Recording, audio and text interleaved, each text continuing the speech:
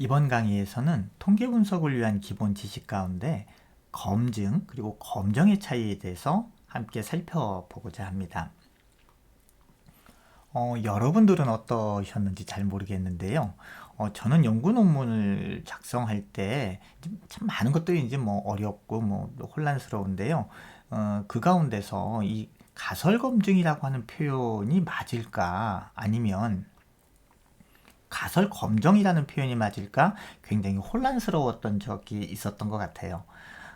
여러분들 생각에는 가설 검증 그리고 가설 검정 가운데 어떤 것이 옳다고 생각하시나요? 결론부터 말씀드리면 가설 검정이 옳고 가설 검증은 틀리다고 합니다. 그래서 이번 강의에서는 이 검증이라는 표현과 이 검정이라고 하는 것은 어떠한 차이가 있는지, 그리고 왜 가설 검증은 틀리고 가설 검정이라는 표현이 옳은지 한번 살펴보도록 하겠습니다. 우선 검증이라고 하는 것을 먼저 살펴볼 건데요. 검증은 한자로 표현하면 이렇게 표현되는 것 같습니다. 그래서 일반적으로 이 검이라고 하는 요 글자는 조사하다 또는 검사하다라는 뜻을 가진 글자라고 합니다. 보시는 바와 같이 이 나무 목자라고 하는 것과 요거 다첨자라고 하네요. 그래서 이 다첨자가 결합한 모습으로 되어 있습니다. 특히 이 다첨자의 경우는요, 보시는 바와 같이 그림으로 보게 되면 어떤 뭐 집이 있는 것 같고요. 거기에 모여 있는 사람들입니다. 그리고 입술이 있죠. 그래서 이것이 이제 어떤 그 곳에 모여 있는 사람들이 한 목소리를 낸다라는 아마 이런 의미라고 하네요. 그래서 모두라는 뜻이 있다고 합니다. 특히 이 검자의 경우에는요, 그 예전에 물론 지금도 귀하죠. 당연히 이 책이 굉장히 귀했었던 시절이에요. 그래서 이 책을 잘 보관하기 위해서 이 어떤 상하지 않도록 하기 위해서 이 서갑이라고 하는 그 상자에다가 보관을 했다고 합니다. 그렇기 때문에 물론 이제 이 서갑에 뭐 아무런 책이나 막 들어갈 수는 없었겠죠. 그래서 이 서갑에 보관하는 책은 이제 검사를 완료했다는 의미에서 어떠한 증서를 붙여 놓았다고 하네요. 그럴 때 그 증서에 표기했던 글자가 바로 지금 보시는 그렇죠. 이 검자라고 이야기를 합니다. 따라서 이 검자에 쓰인 어떤 그 이 다첨자의 의미를 놓고 본다면 이 검자는 모든 검사를 완료했다는 의미를 아마 전달하려고 하는 그런 뜻이 아니었을까라는 생각이 듭니다. 그 다음에 증자인데요. 이 증자는 증거나 또는 증명하다, 알리다라는 뜻을 가진 글자입니다. 그래서 보시는 바와 같이 말씀 원자라고 하는 것과 이거는 오를 등이라고 합니다. 그래서 오를 등자가 결합한 모습이라고 합니다. 특히 여기 보시면 여기 그림 잠깐 한번 같이 한번 보시면은요, 요거 보이시나요? 그쵸? 여기 제기랍니다. 예, 이제 뭐 제사 때 쓰는 그런 그릇이고요. 요거 계단 같은가요? 그래서 이렇게 어떤 제기 그릇을 들고 그 재단에 올라가는 모습을 이렇게 그려놓은 거라고 하네요. 그래서 오르다라는 뜻을 가지고 있다고 합니다. 따라서 우리가 지금 여기 보는 이 증이라고 하는 이 글자는 재단에 올라가는 모습을 가지고 있는 바로 요 등이라고 하는 것과 그다음에 여기 말씀원이라고 하는 것들이 이렇게 같이 붙어 있잖아요. 그렇기 때문에 이 본래의 의미는 무언가를 알리다 또는 고하다라는 의미를 가지고 있답니다. 그래서 결국 이 증자는 어떤 제사를 통해서 신에게 인간사의 어떤 일들을 알린다는 의미였다고 합니다. 그 이후에 이제 뭐 소상히 알린다는 뜻이 이제 확대되면서요. 지금의 우리가 이제 뭐 증명하다나 또는 증거라는 뜻으로 쓰이고 있다고 합니다.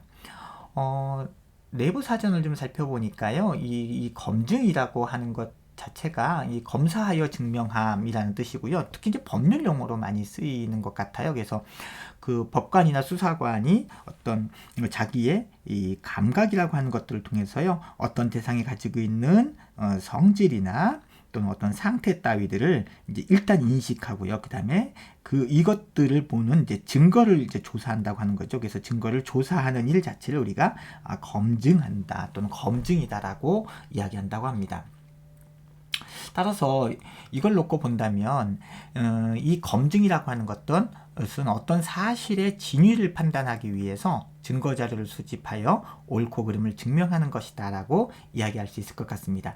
이 표현 자체로만 놓고 본다면 앞에서 우리가 이야기했던 것들처럼 과연 이 가설이라고 하는 것들과 관련돼서 가설 검증이 맞느냐, 우리가 초반에 얘기했었죠. 그리고 가설 검정이 맞느냐라고 하는 건데요. 이 의미를 놓고 보면 이것이 굉장히 부합되는 것 같습니다. 그런데 여기서 어떤 사실의 진위라고 하는 것들, 그리고 이것을 증거 자료를 수집해서 증명한다라고 되어 있습니다. 바로 이 부분 때문에 가설 검증이 틀리고 가설 검정이 옳다라는 것이 되는 것 같습니다. 왜 그런지는 이제 뒤에서, 왜 그 근거가 어디 있는지는 뒤에서 함께 살펴보도록 하겠습니다. 영어로는 아마 이렇게 표현되는 것 같습니다. 한번 같이 좀 살펴보시고요. 그다음에 이제 검정이라고 하는 것은 이제 한자로 보면 두 가지로 이렇게 표현되는 것 같아요. 그래서 우리 많이들 보죠. 그래서 여기 앞에 이제 서두에 있는 이 검정이라고 하는 것은 일정한 규정에 따라서 어떤 자격이나 조건을 검사해서 어떤 뭔가를 결정하는 것들을 이제 검정이라고 한답니다. 그래서 보통 우리가 이제 시험 같은 거 많이 보죠. 그래서 어떤 자격에 필요한 지식이나 학력 또는 기술 따위가 있는지를 이제 검정하기 위해서 실시하는 시험 또한 우리가 검정이라고 얘기를 하죠. 일반적으로 우리가 검정고시라고 하는 것들에 대한 것이 사례로 들 수 있을 것 같습니다. 영어로는 이렇게 표현되는 것 같습니다. 뒷부분에 있는 이 검정은요, 보통은 잘 조사하여 바르게 하는 일이다 라고 되어 있고, 영어로는 우리가 일반적으로 보는 게 테스트다라는 용어를 많이 씁니다. 우리가 이제 가설 검증, 가설 검정, 굉장히 이제 이 우리 한글의 표현으로는 굉장히 혼란스럽죠. 물론 이제 서두에서 가설 검정이 맞다라는 표현을 했습니다. 영어로서는 분명히 보면 이게 테스트라고 되어 있기 때문에 아주 확연하게 테스트다라고 우리가 이야기할 수 있죠. 근데 한글 우리가 놓고 볼 때 가설 검증일까, 가설 검정일까, 결론을 놓고 본다면 이렇게 잘 조사하여 바르게 하는 일, 따라서 테스트가 맞다라고 하는 부분들입니다. 자, 그러면 가설이 뭔지 한번 좀 보도록 하겠습니다. 그 가설과 가설 검정이라는 강의에서 이야기를 했었는데요. 이 가설이라고 하는 건 어떤 변인들 간의 관계에 대해서 우리가 잠정적으로 내린 결론 혹은 추측을 가설이라고 이야기합니다. 일반적으로 우리가 연구자가 어떤 사회에서 벌어지는 이게 또는 어떤 현상이죠. 어떤 현상을 봅니다. 그리고 이 현상을 설명하고자 보통 하지요. 그래서 보통 이 현상과 관련되어 있는 변인 또는 변수라고도 하죠. 이 변인들 간, 여러 가지 변인들 간에 있는 이 관계를 통해서 자연에서 벌어져 있는 어떤 현상에 대해서 이것이 어떤 것이다 라고 하는 잠정적으로 내린 결론을 우리가 가설이라고 이야기를 합니다. 자, 관련해서 우선 이제 칼 포퍼라고 하는 학자를 좀 소개하고자 하는데요. 20세기에 가장 영향력이 있었던 과학 철학자로 꼽히시는 분입니다. 이분이 하신 말 가운데 우리가 굉장히 많이 이제 인용하고 있고, 또 이것이 이 가설이라고 하는 것은 검증의 대상이 아니다라는 것이 이제 여기에서 근거하고 있는 것 같습니다. 사회과학에서 이거 우리가 100% 진리라고 하는 것은 없다라고 이야기를 했습니다.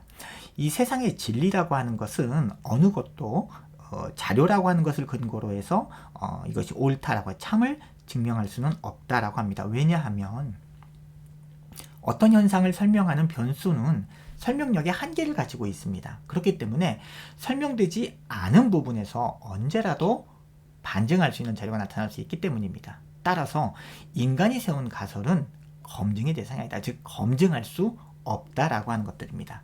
그렇기 때문에 우리가 통계적으로 할 수 있는 것은요, 이제 연구자가 원하는 주장에 대해서 내가 원하는 주장이 있죠. 보통 우리가 이제 이것을 대립가설이라고 이야기를 합니다. 내가 주장하고자 하는 것 또는 이것과 반대되는 거예요. 이제 내가 주장하고자 하는 것과 반대되는 건 규무가설이죠. 또는 이 규무가설은 누구나 상식적으로 추측할 수 있는 주장을 우리가 규무가설이라고 합니다. 그래서 이것이 확률적으로 틀릴 수도 있다. 즉 유의 수준에 따라서 이 영가설이라고 하는 것, 즉 이제 규무가설이 기각될 수 있다라고 하는 것을 어떤 객관적 자료들을 수집해서 증명해 보이는 거죠. 그리고 그것들을 통해서 연구자의 주장, 즉 대립가설이 맞을 수도 있다는 것을 간접적으로 입증할 수 있을 뿐이다 라고 얘기합니다. 따라서 가설이라고 하는 것은 테스트, 즉 검증하는 것이지 verify, 검증할 수는 없다라는 결론을 얘기합니다.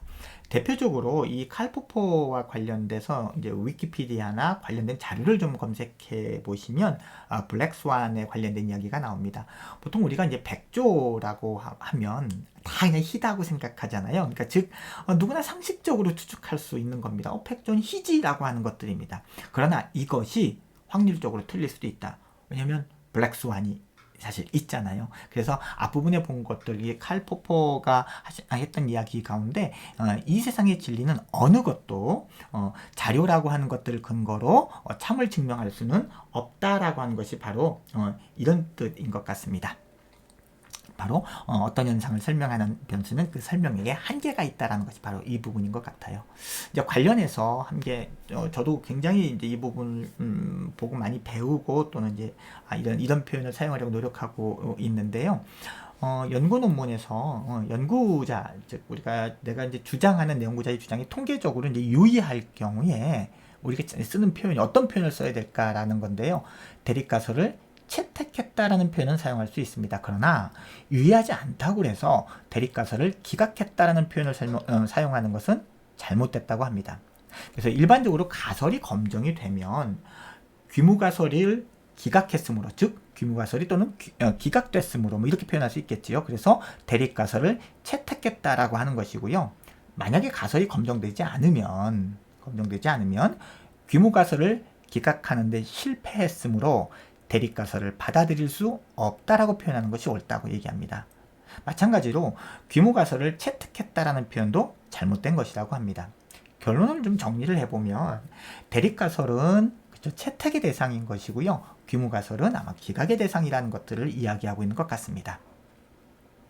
자, 이번 강의는 보시는 이런 것들을 참고로 만들어졌습니다. 자, 이번 강의는 여기까지 하도록 하겠습니다.